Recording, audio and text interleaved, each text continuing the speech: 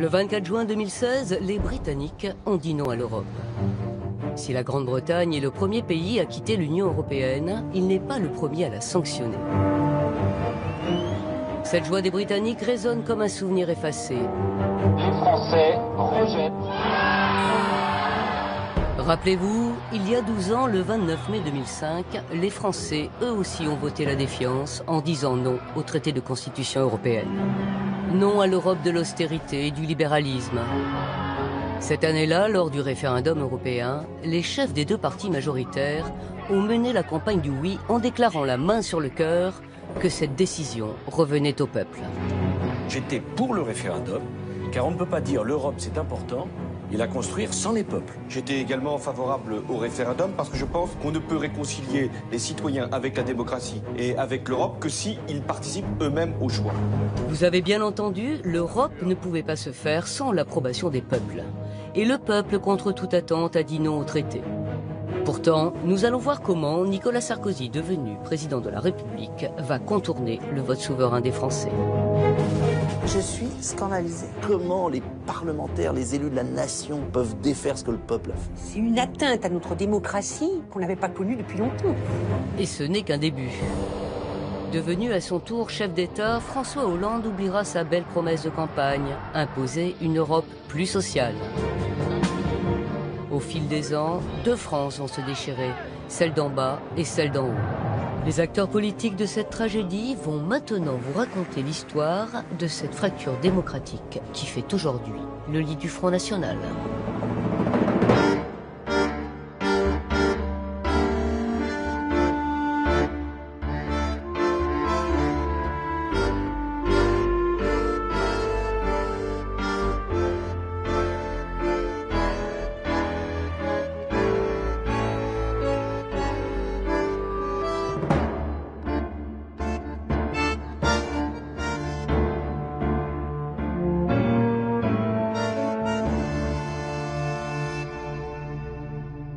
Tout commence en 2003. Cette année-là, l'Europe passe de 15 à 25 et décide de se doter d'une constitution censée renforcer, selon elle, ses institutions. 25 pays doivent se prononcer pour ou contre par voie parlementaire ou référendaire. Le texte, un pavé de 400 pages, évoque une constitution bizarrement plus économique que sociale et politique. On y parle de services publics réduits, de marché unique, de concurrence libre et non faussée, mais nullement d'harmonisation fiscale ou de minima sociaux. De quoi fâcher une France si chèrement attachée à sa politique sociale. Le 14 juillet 2004, jour de la fête nationale, le président Jacques Chirac annonce alors que seuls les Français peuvent décider de leur destin. Bien entendu, les Français sont directement concernés et seront donc directement consultés. Par référendum. Et donc, il y aura un référendum qui aura lieu, en toute hypothèse, l'année prochaine. La décision du chef de l'État est un vrai choix démocratique, mais elle va diviser le pays. Dans les états-majors, c'est le branle-bas de combat. La campagne qui s'annonce sera dure et intense. À l'extrême droite, chez les souverainistes, le MPF de Philippe de Villiers s'oppose sans surprise au traité.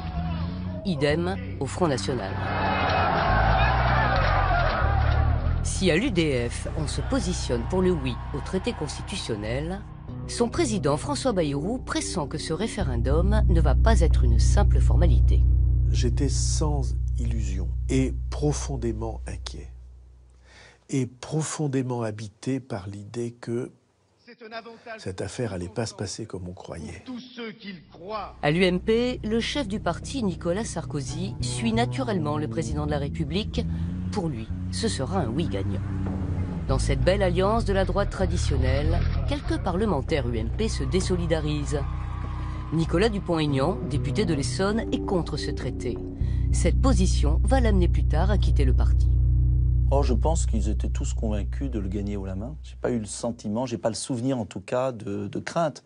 Je vois encore Raffarin dans les couloirs de l'Assemblée, Premier ministre, me disant 54-55 pour le oui.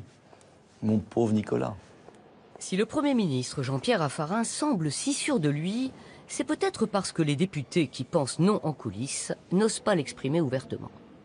Mais parce qu'ils ont peur de perdre leurs investitures, parce qu'ils sont enserrés dans ce tissu relationnel, parce que le système politique de la 5e enferme les convictions, les éteint, les assomme, les détruit.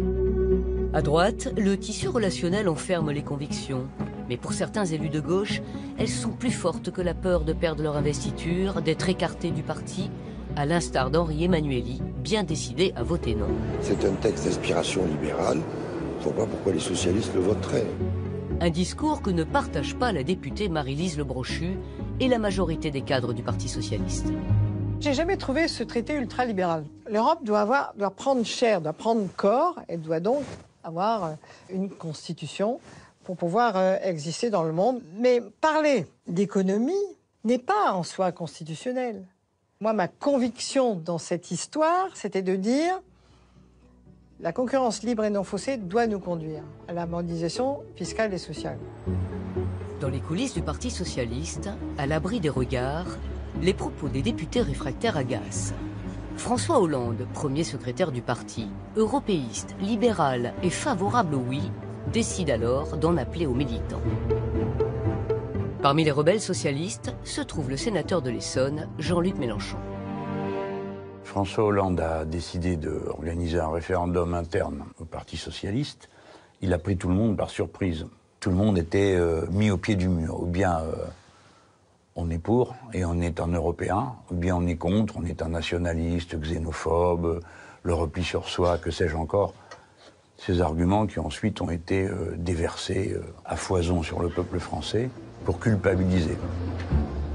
Députée et ancienne vice-présidente du Parlement européen, Marie-Noëlle Lienemann emboîte le pas de Jean-Luc Mélenchon. Elle considère le référendum interne comme une véritable duperie. Il s'est arrangé pour faire le référendum interne, non pas sur le fond du traité, mais sur la légitimité de François Hollande. Et moi, je le vois dans une fédération comme le Pas-de-Calais, où les militants sont vent debout contre ce traité, mais qui votent oui au référendum interne, avec l'argument « on ne peut pas faire ça à François Hollande ». C'est déjà révélateur d'une fragilité politique du Parti socialiste, où les effets d'appareil avaient pris le pas sur les effets de débat politique. Ils sont si fidèles, les militants socialistes, qu'ils donnent le 1er décembre 2004 le oui vainqueur à 59%. Merci de tout cœur aux militants d'avoir compris ce qu'était cet enjeu, qui n'était pas un enjeu de personne, ni un enjeu pour préparer d'autres échéances. S'il le dit, c'est d'ailleurs peut-être pour cela qu'il décide de convoquer le Conseil national pour asseoir son autorité. Les récalcitrants doivent rentrer dans le rang, ce que fait Manuel Valls, qui, après avoir défendu le non, se rallie au chef et décide de voter oui. Au PS, c'est comme à l'armée. Pour ceux qui n'obéissent pas, c'est la porte de l'exécutif du parti. J'ai été liquidée du jour au lendemain, enfin, du bureau du secrétariat national. Pour être franche, on s'en remet très bien. Hein. Normalement, le secrétariat national, c'est l'exécutif.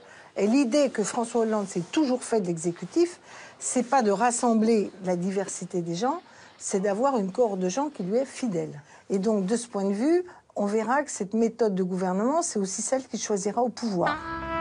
La crise d'autorité de François Hollande signe le début d'une fracture au sein du parti. Tandis que Laurent Fabius, numéro 2 du PS, dit non au traité pour affirmer sa stature de présidentiable face à Hollande, d'autres, à l'instar de Marie-Noëlle Lienemann, Henri Emmanuelli et Jean-Luc Mélenchon, se lancent dans une campagne pour le non par conviction pour une autre Europe. Le non socialiste, il existe au PS et dans la société. Et il ne peut pas être rayé d'un trait de plume et il ne s'abandonnera pas à d'autres. Il sera représenté par des socialistes. Un non-socialiste qui prend pour porte-parole le militant Pouria Amir Chahi. François Hollande, il est pour prendre le parti de l'économie de marché libérale et il est prêt à assumer une alliance avec l'UMP sur un texte aussi important. Il fera d'ailleurs campagne de fait aux côtés de l'UMP, de Nicolas Sarkozy. Ils vont battre estrade commune. Donc tout ça, il le démontrera ensuite. De grande messe en grande messe, financés par leur parti, François Hollande et Nicolas Sarkozy se jettent dans la campagne avec un seul mot d'ordre, faire gagner coûte que coûte le oui, qui s'affiche alors à 69%. Si notre peuple dit non, eh bien le processus de la Constitution s'arrête. Ce serait pour nous un problème gigantesque que la France se laisse aller à dire non, alors que la paix mérite que l'on dise oui. On en croise du beau monde dans ces meetings. Ténor socialiste européen pour la gauche, grand patron du CAC 40 pour les sarcochos, battleurs infatigables, ils sont tous unis pour le oui. Et l'incarnation d'une économie qui, elle, est très forte. Je vous demande de faire un triomphe à Arnaud Lagardère. On ne présente plus le groupe de médias. Moi, je préfère, quand j'ai un but à marquer, je préfère être dans l'équipe que dans les vestiaires. Merci. Pour gagner, il faut donc communiquer. Et pour transmettre l'information, que faut-il? Des médias, bien sûr, et ça tombe bien. Tel un seul homme, ils s'engagent aux côtés du oui et ouvrent leur plateau de télévision, leurs antennes de radio et leurs unes de journaux. Ils ont la même vision du monde, ils sont issus des mêmes milieux sociaux, et donc ils ont tendance à converger idéologiquement. Aujourd'hui, la pensée dominante, tant dans la gauche modérée que la droite modérée, la droite républicaine et les médias, eh bien, est convergente globalement. Ce phénomène du référendum est un phénomène extraordinaire, c'est-à-dire que les médias dominants sont pour le oui. Et à ce point que même les partisans du oui, dont je fais partie, se disent mais attendez, le débat est un peu tronqué quand même, hein, on avait l'impression. Et je suis convaincue aujourd'hui qu'un certain nombre de gens en ont eu ras-le-bol d'entendre tous les jours qu'il fallait voter oui. Ce parti pris des médias pour le oui, le journaliste et réalisateur de France 2, Jacques Cotta, ne l'a toujours pas digéré. Rien n'est laissé au hasard. On vous prend le matin au réveil, vous allumez votre radio, c'est le matraquage qui commence.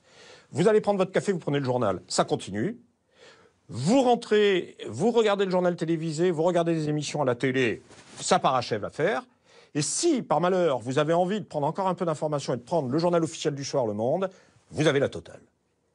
Tout est mis en place, rien n'est laissé au hasard. Le oui, le oui, le oui. En 2 mois, sur France Inter, Stéphane Paoli a invité dans son émission Question Directe 23 personnalités favorables au oui contre 4 favorables au non. Trop, c'est trop, et les auditeurs ne s'interdisent plus de le dire. En tant qu'auditeur et citoyen, je m'inquiète un petit peu de voir que tous vos chroniqueurs, tous vos journalistes prônent le oui allègrement. Non. Il n'y a aucune contradiction. Mais où allez-vous chercher tout ça? J'écoute monsieur Pierre Lemarque, j'écoute monsieur Guetta, j'écoute tous les journalistes et citez-moi un seul journaliste qui ait fait la promotion du non. À part Daniel Mermet, il n'y en a pas un sur France Inter. Et on se retrouve encore avec la France d'en haut qui nous demande de voter oui et la France d'en bas qui commence à en avoir assez. Bernard Guetta, vous voulez dire un petit mot? Il ne faut tout de même pas qualifier de propagande toute explication ou argumentation qui n'est pas celle qui vous convient. Manifestement, les éditorialistes ne comprennent pas que l'on ne comprenne pas. Haro donc sur l'auditeur récalcitrant qui n'entend pas la sagesse des chroniqueurs. Parce qu'ils en sont convaincus, qu'ils travaillent dans le public ou dans le privé, à la radio, à la télévision ou dans la presse écrite, l'immense majorité des journalistes estiment ne faire dans cette campagne que de la pédagogie. Alors, est-ce que vous répondrez en revanche à Jean-Marie Le Pen, puisqu'il était particulièrement élogié avec vous, il est tenant du non, comme vous l'êtes. Est-ce que cette cohabitation du non vous va, par exemple? Vous vous moquez de moi? Je vous pose la question. Entre nous, quand vous dites à Fabius, est-ce que vous allez cohabiter avec Le Pen? Je pense qu'ils ne vont pas attendre à ce que Fabius leur dise oui, j'y pense. Donc ils n'attendent pas une réponse. Ils savent pertinemment que l'autre va être horrifié par la question. Donc ils ne posent la question pourquoi? Que pour décrédibiliser la position de Fabius, qui est de dire « j'appelle à voter non ». En 2005, Christophe Ventura est militant d'Attac. L'organisation altermondialiste a mobilisé la société civile pour le non. L'affaire Fabius-Schoenberg, il y en a eu plusieurs des comme ça. Une fois qu'on était sur les médias, on était en permanence sous le feu nourri de l'accusation de nationalisme et de faire le lit d'extrême droite, en réalité. Or, c'est eux qui l'ont fait. Les Français l'ont compris, votez bien, votez oui si vous ne voulez pas être taxés de populistes et d'anti-européens. Mais il est bien connu que les Français n'aiment pas que l'on décide pour eux. Là de ce matraquage, ils s'emparent à leur tour de la campagne. Le traité constitutionnel s'installe dans la société française et l'on voit au fil des semaines les meetings des nonistes faire salle comble. Oh, à ceux qui ont essayé de faire croire que le peuple français qui va dire non serait le peuple ennemi des autres, xénophobe et raciste. Marie-Georges Buffet, alors secrétaire nationale du PC, fait partie de cette union pour le non. Il y a un meeting, je me rappelle, j'étais accompagnée par un journaliste du Nouvel Observateur et je suis arrivée en retard. Et je suis rentrée dans la salle, sur la tribune, Et les gens se sont mis à applaudir, etc. Et je me rappelle que ce journaliste m'avait dit, à la sortie, il m'avait dit « Mais comment c'est possible? Qu'est-ce qui se passe pour qu'une dirigeante du Parti communiste français se fasse applaudir par un public comme ça ?» Il ne comprenait pas ce qui se passait. Et je lui avais expliqué que ce n'était pas la dirigeante du Parti communiste qui se faisait applaudir. C'était une personnalité engagée depuis le début sur le nom de gauche et qui portait ce nom de gauche. Et c'était pas des meetings traditionnels où on voyait les militants habituels ou les réseaux de militants habituels. C'était des gens qui parfois venaient pour la première fois dans un meeting politique, qui avaient des opinions politiques mais tout à fait différentes et qui n'y venaient pas parce que c'était quelqu'un, un socialiste ou un écologiste ou un autre qui appelait à ce meeting-là. Ils voulaient comprendre. Les gens venaient avec des carnets et des stylos. Et ils notaient les articles de la Constitution que nous égrénions pour montrer ce qu'ils contenaient. Des fois, on faisait rire en les lisant et on disait « bon, c'est clair pour vous » et tout le monde éclatait de rire car naturellement on ne comprenait rien à ce que disaient ces articles. Au-delà des meetings, les partisans du non tractent sur les marchés, affichent sur les murs. Une action citoyenne à laquelle Florian Philippot, alors chevènementiste, donc sympathisant de gauche, participe. Je me souviens la nuit, on allait mettre des petites affiches, des affichettes, etc. avec ce qu'on avait. Et il y avait dans Paris un bouillonnement terrible, plein de petites équipes de citoyens qui se respectaient d'ailleurs, quel que soit leur parti politique ou leur absence de parti politique, leur engagement, et 99% collaient pour le non, pas pour le oui. Ça, je crois que ça n'était pas prévu au départ. Le débat s'est politisé et les Français s'y sont intéressés massivement. Au point de descendre dans la rue et de crier leur rejet de la Constitution au nom de la préservation des services publics. Ainsi, le débat se politise chaque jour un peu plus loin des shows du PS et de l'UMP. Et au bout de 2 mois, le non remonte dans les sondages. Selon un sondage CSA rendu public ce soir, le non représenterait 51% des opinions.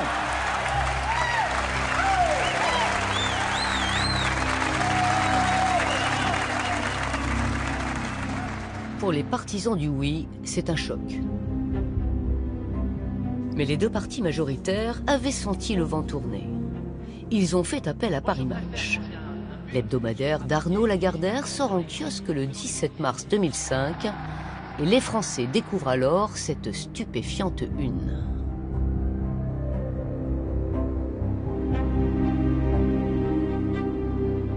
Être capable de faire ça pour arriver à son objectif, de faire gagner le oui, ben ça veut dire quand même qu'il y a un manque d'éthique quelque part.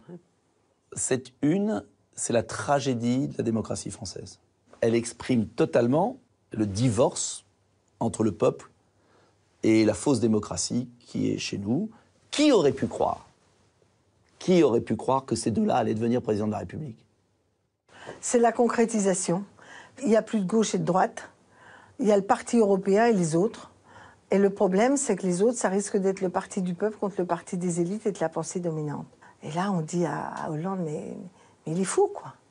Il est fou. Entre gens de bonne compagnie dans les classes moyennes intégrées, eh ben, on choisit tantôt le centre-gauche, tantôt le centre-droit, un petit peu plus social, un petit peu plus l'ordre et la discipline. Et voilà l'horizon politique qu'on nous présente.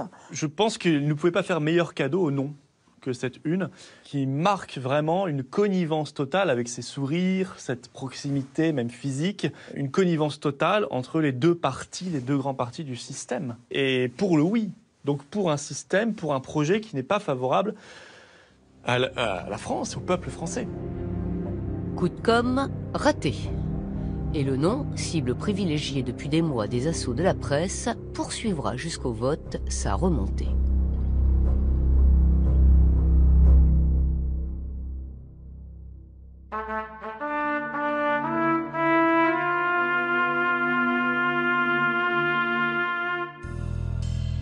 Après 5 mois de campagne intensive, le 29 mai 2005, les Français se déplacent en masse dans les isoloirs. Avec un taux de participation exceptionnel de 70% et une abstention d'à peine 30%, le référendum a rencontré son public. Non. Et le soir venu, le non l'emporte. Rejette. Si dans ce non, une minorité d'extrême droite rejette l'idée même de l'Europe, le non de gauche majoritaire exprime quant à lui un simple rejet de la Constitution. C'est une victoire nette, c'est une victoire populaire. C'est les électeurs et les électrices eux-mêmes qui construisent cette victoire. Voilà, il n'y a pas d'homme providentiel ni de femme providentielle. C'est eux qui construisent cette victoire. Le 29 mai 2005 reste un jour historique parce que c'est une victoire de la souveraineté populaire sur le système politique, le système médiatique. On a réussi à mobiliser la population, à l'intéresser à une question vraiment éminemment politique. 84 départements sur 100 ont voté non. 59% des sympathisants socialistes ont voté non. Une déculottée mal digérée par les tenants du oui. Alors, sur les plateaux de télévision, on laisse poindre le pire. Je crois que c'est une très mauvaise nouvelle pour l'Europe. C'est aussi une défaite pour la France. Dès le soir même, comme pour le Brexit, c'est l'arrogance vindicative, c'est la méchanceté, c'est le refus du suffrage. Et on a l'impression que l'apocalypse est tombé sur la France. Ils tiraient tous une tête de 3 pieds de long. Et alors, évidemment, comme ils étaient aussi dans la rage de la campagne, parce que c'était pas une campagne calme, hein, alors ils continuaient la campagne le soir. Que pensez-vous de ce désastre du non qu'il a emporté, qui maintenant va provoquer la ruine et le chômage? Enfin bref, ils croupissaient dans ce jus de rancœur qui va s'aigrir au fil des jours. Là encore, on est dans le déni de réalité total. On est dans l'autisme politique qui caractérise ceux qui dirigent le pays à l'époque et encore aujourd'hui, de ne pas comprendre tout simplement la France, de ne pas comprendre ce qu'est la société française, ses attentes, de ne pas vouloir le voir parce que c'est un vote de classe et un vote informé, sans et par-dessus les médias d'information. Les partisans du oui s'étaient engagés tellement dans cette campagne qu'une victoire du non ne pouvait être qu'insupportable à leurs yeux, et ça ne pouvait que, à leurs yeux, disqualifier le peuple, évidemment. D'où le mot populisme, etc., qui est toujours utilisé de manière péjorative, mais en réalité péjorative pour le peuple lui-même, si on y réfléchit bien. À voter. Populisme, xénophobie, rien n'est épargné aux Français par les tenants du oui. Et dans la presse du matin, les éditorialistes se déchaînent. De cri d'orfraie en cri d'orfraie, on retiendra le style sans retenue du directeur de Libération, Serge July, qui toute morgue en avant tacle ce peuple apeuré et inculte. Alors lui, pour le coup, va réduire le vote non à un vote purement protestataire d'extrême droite. Tout le jeu de Libération à l'époque, alors au moins de Serge July, c'est d'occulter ce vote de gauche qui a été très important. Ce jour-là, j'ai décidé, et j'ai tenu la parole jusqu'à présent, je n'ai plus jamais acheté Libération. Parce que ça m'a mis dans une rage, c'était insultant, voilà. Il nous a insultés, quand je dis nous, les électeurs du non étaient insultés. Et l'insulte suprême, si ces gens-là, c'est tout de suite de nous accuser de populisme. Ça ne veut rien dire. Ce qui a fait la victoire du non en 2005, c'est l'appel à l'intelligence. C'est la noblesse de la politique. Journaliste à Libération, Grégoire Bizot a voté oui. Mais il n'a toujours pas accepté l'édito de son patron.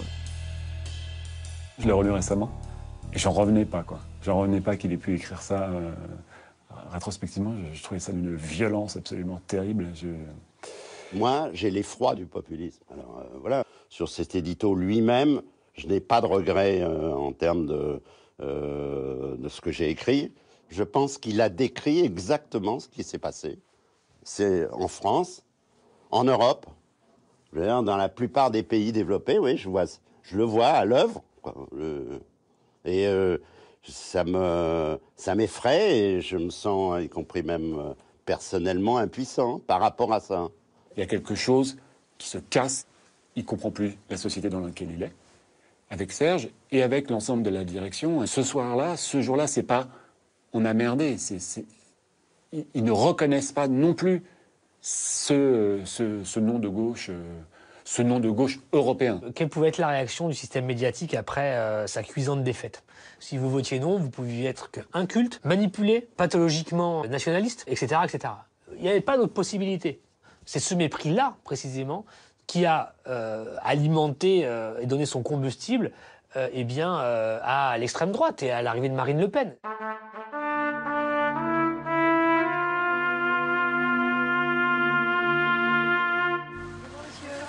Bonjour. Au lendemain de la victoire du non, le Premier ministre Jean-Pierre Raffarin, qui pensait haut et fort que le oui l'emporterait, est contraint de démissionner. Si la victoire du non déstabilise l'exécutif, le président de l'UMP se frotte les mains. L'échec de Jacques Chirac deviendrait-il une aubaine pour Nicolas Sarkozy? À l'époque, Nicolas Sarkozy a l'objectif d'être élu président de la République.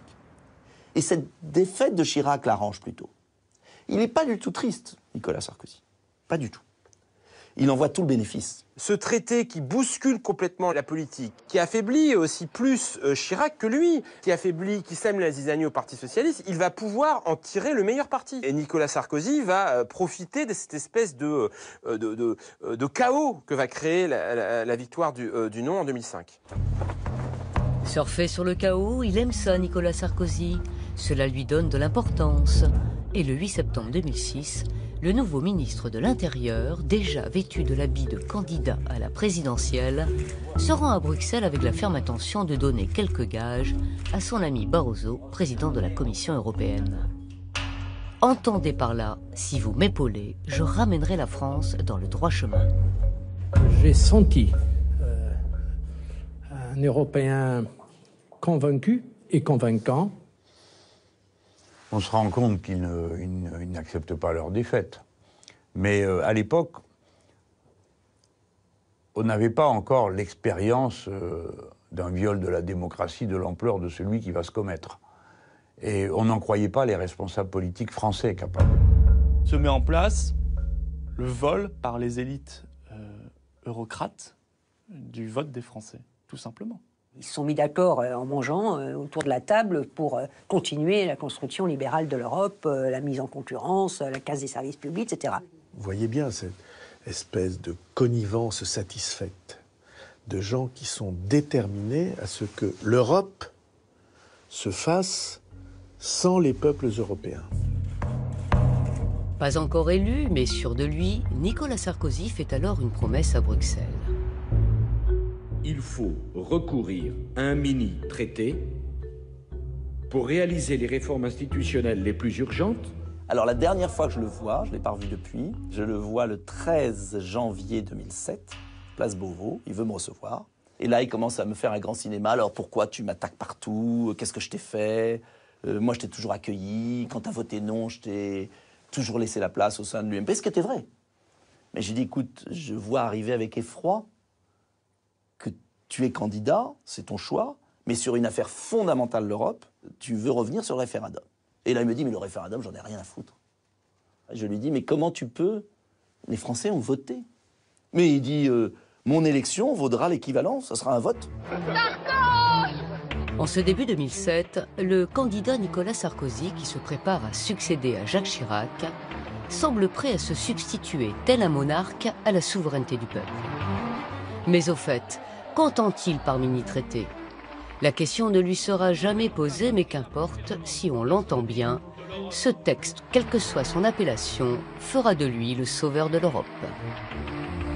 Je débloquerai la situation en Europe en proposant un traité simplifié sur lequel messieurs Zapatero, Blair et madame Merkel m'ont donné leur accord et qui fera de l'Europe une protection pour les Français et non pas le cheval de Troie de la mondialisation. Un traité sans référendum. Bien sûr.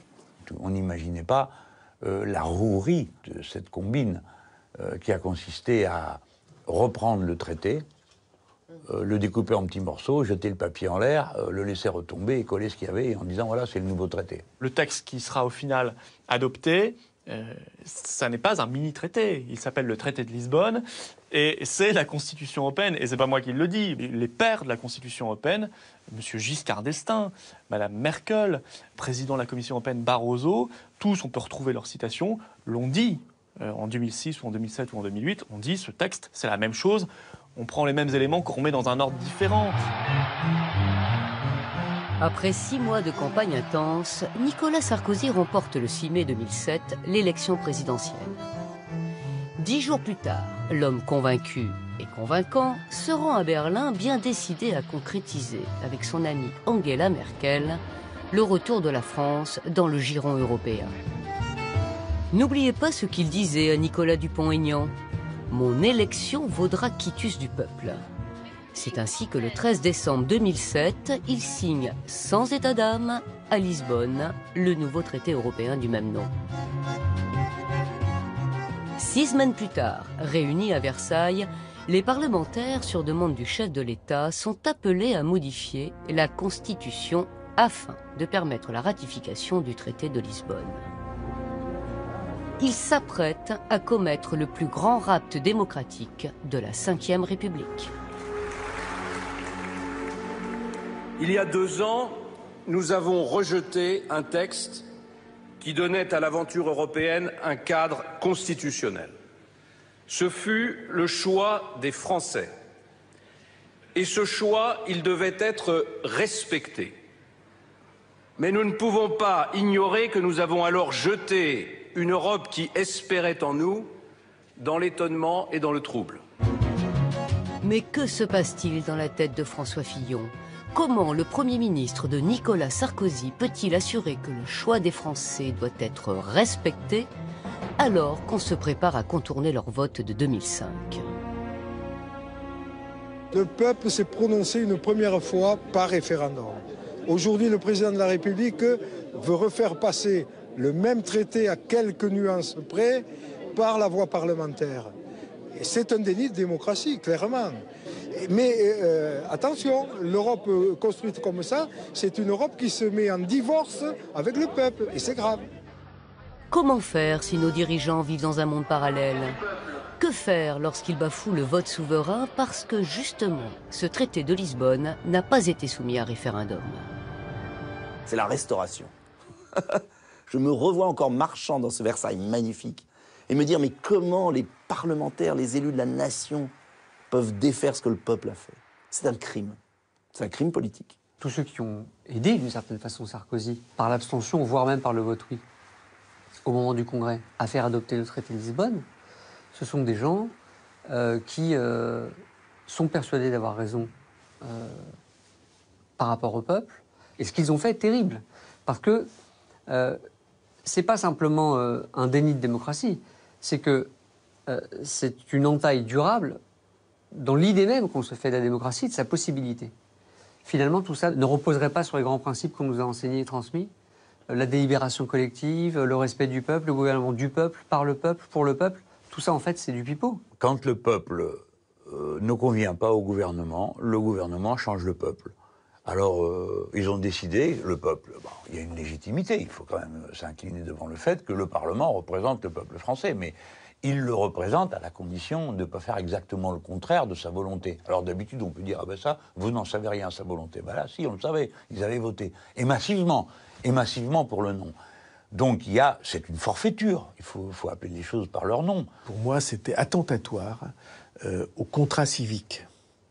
Imaginez que dans quelques mois, après le référendum sur le Brexit, ce soit la Chambre des communes qui dise le référendum n'a plus aucune valeur, vous auriez un climat...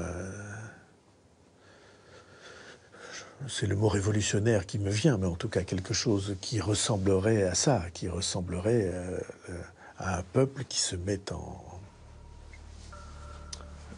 en absolue rupture avec son pouvoir.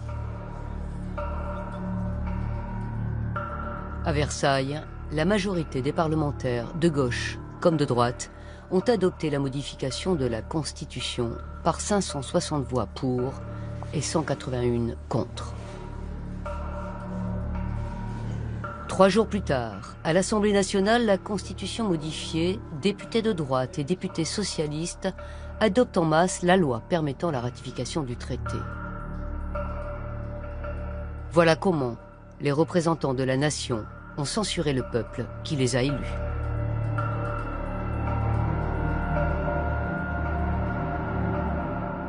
Je suis scandalisée. Il suffisait que les socialistes refusent de ratifier, votent contre la modification constitutionnelle pour faire passer le traité de Lisbonne, pour que ce traité ne puisse pas passer. On peut se croire malin quand on monte des coups comme cela.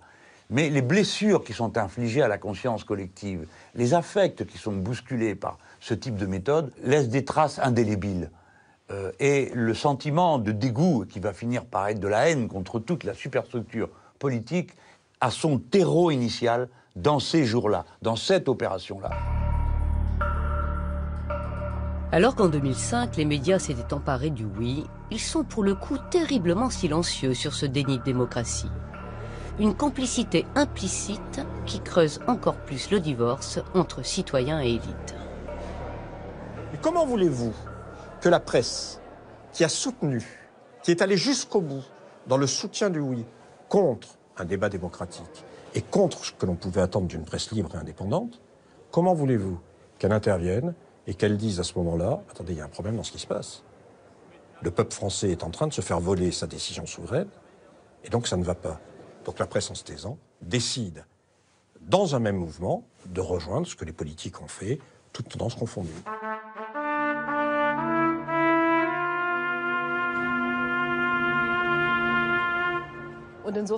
Très vite converti au modèle libéral allemand, Nicolas Sarkozy entretient tout au long de son mandat une véritable lune de miel avec Angela Merkel. Devenu inséparable, le couple franco-allemand concocte alors sous fond de crise économique un nouveau traité, le pacte budgétaire. Le 9 décembre 2011, ils soumettent aux dirigeants européens un texte instaurant une règle d'or appelée austérité. Elle va fragiliser les acquis sociaux. 2 mois plus tard, alors que s'ouvre sous fond de récession la campagne électorale pour la présidentielle de 2012, le candidat socialiste François Hollande, qui veut faire la synthèse entre la France du oui et celle du non, se lance alors dans de belles promesses. Nous avons besoin d'Europe. Elle doit nous aider à sortir de la crise. Mais pas à nous imposer une austérité sans fin. Je renégocierai le traité européen issu de l'accord du 9 décembre. Terrible, hein, parce que François Hollande, il prend des engagements forts à ce moment-là, au-delà de la tonalité entraînante, convaincue et convaincante, du candidat en campagne contre la finance et contre le carcan antidémocratique qui est en train de nous enfermer. Merci, peuple de France! Le 6 mai 2012, François Hollande est élu président de la République avec 51% des suffrages.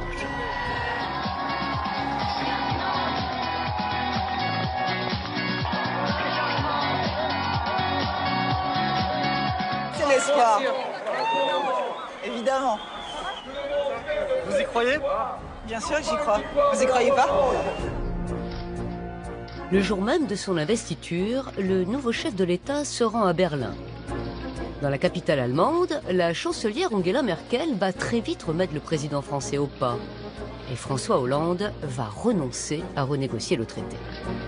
Dès qu'il a été président et qu'il s'est retrouvé devant Mme Merkel à Berlin et devant les institutions européennes, il a considéré que la pression était trop forte pour lui pour, en quelque sorte, se confronter au système européen et puis au leader de ce système européen qui aujourd'hui est l'Allemagne. Je pense que le Parti socialiste n'était peut-être pas prêt à exercer le pouvoir, pas prêt à affronter les difficultés aujourd'hui de l'exercice du pouvoir quand on veut être de gauche dans un cadre libéral européen qui est extrêmement hostile.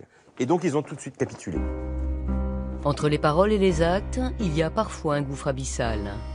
Et ce fameux pacte budgétaire signé par Nicolas Sarkozy, François Hollande va gentiment le faire ratifier. Monsieur Hérault, c'était l'engagement numéro 11 de François Hollande. Oui, je l'ai relu avant de venir à votre émission. Alors, regardez, il disait je renégocierai le traité européen. Il disait je renégocierai, oui, il disait pas je compléterai, il disait je renégocierai. Je renégocierai. Dans le sens de la croissance. Et pas je compléterai. Non, mais écoutez, on va pas jouer sur les mots. Ah. Droit dans ses bottes, le Premier ministre Jean-Marc Ayrault ne répondra pas à la question. Mais 3 mois après la victoire, ce quinquennat ne tient déjà plus ses promesses. Quand on arrive au gouvernement, qu'est-ce qui fait déchirure encore pour beaucoup de citoyens français? C'est que François Hollande dit « je vais renégocier » et qu'il n'y a pas de renégociation. Il y a des avancées, elles sont réelles, mais une avancée, c'est pas une renégociation dans la tête de beaucoup. Donc, on est toujours sur le sujet de 2005, preuve en est. Quand les gens vous parlent de trahison, sur quel point on me parle de trahison? Sur l'Europe. Toujours est-il que ça reste un délit de démocratie, qu'il ne respecte pas son mandat. Il ne renégocie pas une seule ligne, mais pas une seule virgule du traité. Et là, c'est la sidération quand même. Alors, très tôt dans le quinquennat, donc, on s'aperçoit que le pli qui va être pris va être un pli de renoncement. D'abord parce que la question du traité était un peu la clé de voûte de tout le reste. Je pense que le péché originel dans le mandat de François Hollande, dans l'exercice de sa fonction de président de la République, il commence à ce moment-là. Il écoute, il entend, il comprend, et il dit « je n'ai pas le choix, je ne vais pas réussir ». Il y a un veto trop fort de l'Allemagne. Il aurait dû dire clairement, prendre TF1, France 2, une chaîne, peu importe laquelle, pour dire « voilà la situation ». Et de façon solennelle. Et je pense que c'est ça qui nous a manqué. Eh bien, c'est une erreur. Imaginez-vous que Mme Merkel, la chancelière allemande, pour la deuxième fois, elle voit un Français qui lui dit « les Français peuvent voter ce qu'ils veulent, je m'en fiche, je signe ».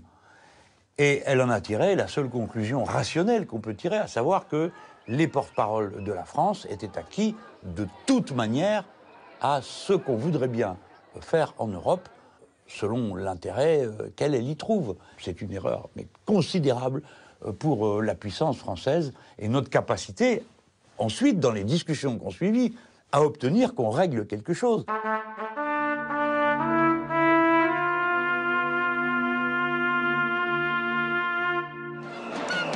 Le renoncement de François Hollande va imposer à la France une politique d'austérité de plus en plus grande. La chose est entendue, le pays doit se mettre en conformité avec le pacte budgétaire et les recommandations européennes. Et qu'importent les promesses faites aux Français. Nous, on n'a pas élu François Hollande pour qu'il fasse une politique de droite. Voilà. En bon petit soldat, Manuel Valls et la ministre Myriam El Khomri vont concocter en 2016 une loi travail pas vraiment sociale. Ce texte, qui chante entre autres la réduction du coût du travail ou encore le licenciement économique simplifié, attise la colère des Français.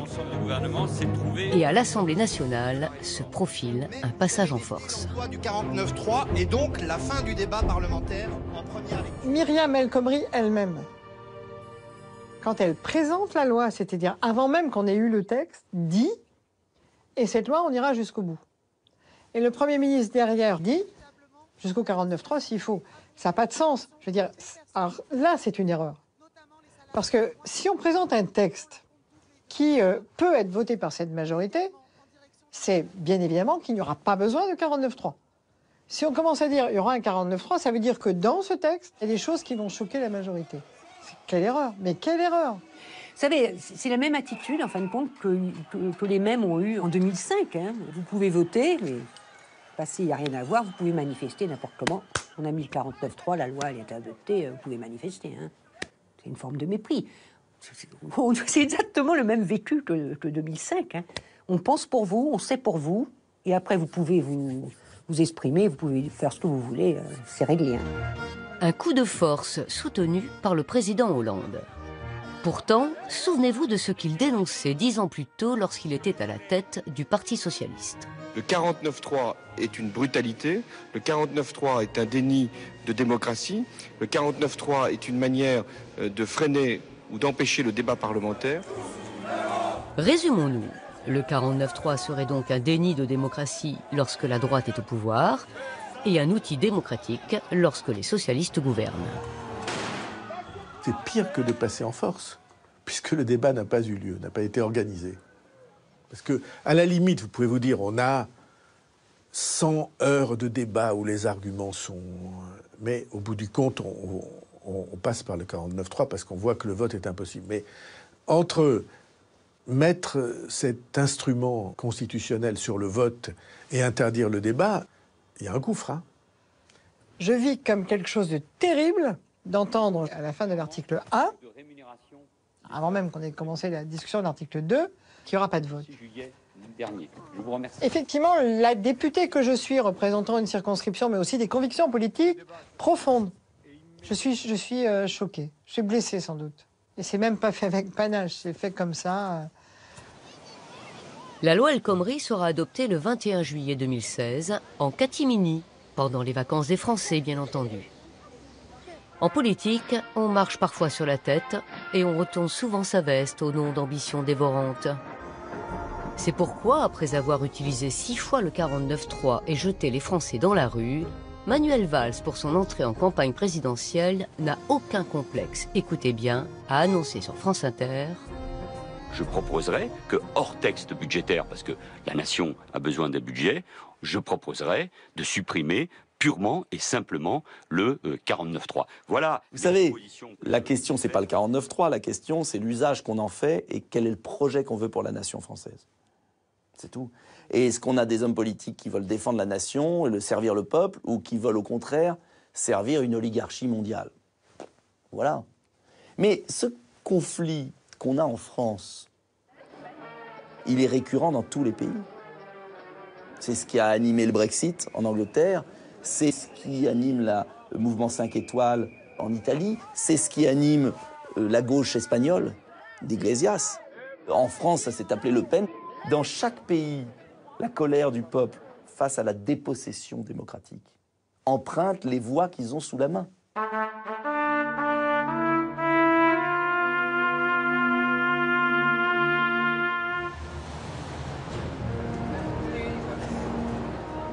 On l'aura compris, depuis plus d'une décennie, l'aveuglement perdure au sein de l'establishment politique. Ceux qui nous gouvernent ont exclu les Français de leurs décisions. Ils sont restés sourds au vote contestataire. Ils ont fini par tuer la confiance. Cette attitude n'est pas restée sans conséquences.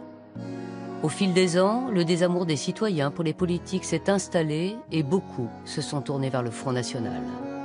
C'est malheureux d'en arriver là quand même, hein, mais... Pourquoi c'est malheureux? Mais si, mais Serge, non, mais je veux dire, attends... non. Là, les Français se sont réveillés, c'est bien. En 2014, 2 ans après l'élection de François Hollande, les Français sont retournés aux urnes, pour les élections européennes justement. Cette année-là, le Front National, qui a recueilli Florian Philippot, va récolter les fruits du rejet, par une grande partie des citoyens, de cette Europe qu'on leur a imposée. Avec un score de 25% des suffrages, le Front National a obtenu plus de députés européens que l'UMP ou le PS. Je pense que réellement les gens qui ont voté comme moi, et pour la plupart et la majorité des gens qui ont voté pour moi, n'ont pas voté pour un parti, mais pour une contestation. La contestation, encore et toujours. Lorsque l'on regarde la carte électorale du non au référendum de 2005 et celle du Front National aux européennes de 2014, à quelques départements près, la similitude entre ces deux votes de rejet est flagrante.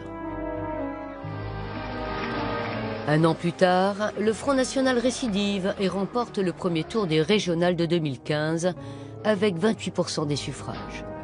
Il devient en nombre de votants le premier parti de France.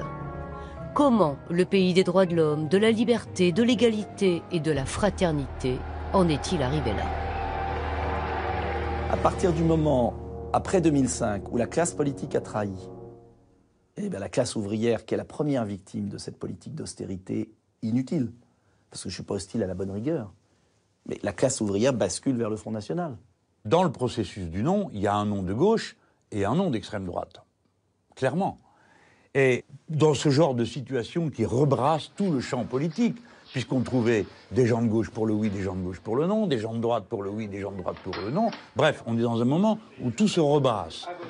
Et où donc des gens vont quitter leurs affiliations traditionnelles, leurs réflexes électoraux traditionnels, et vont regarder dans leur propre champ qui les représente le mieux. Autrement dit, si l'on a voté non, qu'est-ce qui me représente mieux de ceux de gauche ou de ceux du Front National dans le non? Et alors, le Front National fait un travail cohérent, puisqu'il a un seul leader, un seul programme et une seule méthode de travail. Bon, ils sont donc cohérents, et la force va à la force dans ce genre de situation. Tandis que nous, c'est la douce pagaille. Le Front National augmente parce qu'il surfe sur le non, parce que le chômage s'accroît, que l'austérité percute les gens, que notre contrat républicain s'effiloche. Et le Front National dit il n'y a qu'une seule solution, virer les étrangers et quitter l'Europe. Enfin, à peu près, voilà. Donc, effectivement, il se nourrit de nos faillites, c'est vrai. Et la question européenne n'est pas subsidiaire dans cette affaire. L'Europe, mère de tous les maux, c'est bien ce que se sont dit nos cousins britanniques qui, en 2016, face à l'austérité grimpante et lassés des contraintes européennes, ont décidé la rupture. Le 24 juin, appelés à se prononcer sur la sortie ou pas de la Grande-Bretagne de l'Europe, ils ont répondu « out », traduisait dehors à 52%. Le lendemain, la classe politique s'est réveillée groggy. Mon collègue britannique, qui était un libéral centriste, qui était catastrophé devant le Brexit, parce qu'il nous disait toujours la Grande-Bretagne c'est génial, la France on n'est que des nuls. Bon, eh ben, je lui dis bonjour, là ta Grande-Bretagne géniale, elle vote le Brexit, etc. Et lui, là, il me dit oui, mais c'est les exclus de la mondialisation qui ont voté. Ben, je lui dis voilà ton problème, c'est que les exclus sont devenus majoritaires, mon gars. Donc les non-bénéficiaires de la mondialisation deviennent majoritaires. Donc il va être temps que vous vous en rendiez compte. Voilà. Et pendant un moment, vous avez essayé de ne pas le voir, et maintenant, il se rebelle. Et il se relève, pas forcément avec l'idéologie qu'on aimerait, c'est ce que je disais, quelle va être l'offre politique pour ça, mais je pense qu'elle est là. Donc le peuple, finalement, se fera entendre. Hollande m'a dit, le lendemain du Brexit, il a reçu les partis politiques, et il m'a dit cette phrase extravagante. Je lui parle du Brexit, des causes, etc. Il dit, oh, de toute façon, partout il y a des populistes, regardez même aux États-Unis avec Trump, alors vous savez. À aucun moment, en tout cas chez Hollande, il y a cette espèce de lucidité à se poser la question de savoir pourquoi on en est là. Je vois un peuple français qui est très conscient maintenant des questions européennes. Chaque Français, je crois que maintenant, fait beaucoup plus par rapport à il y a 10 ans ou 15 ans, le lien entre sa vie quotidienne et l'Union européenne. Et voit bien que ça fonctionne pas. Il voit bien un système qui s'agace, qui s'énerve, qui devient insultant avec les peuples, qui se replie sur lui-même. C'est le signe, ça, d'une idéologie qui est en train de mourir.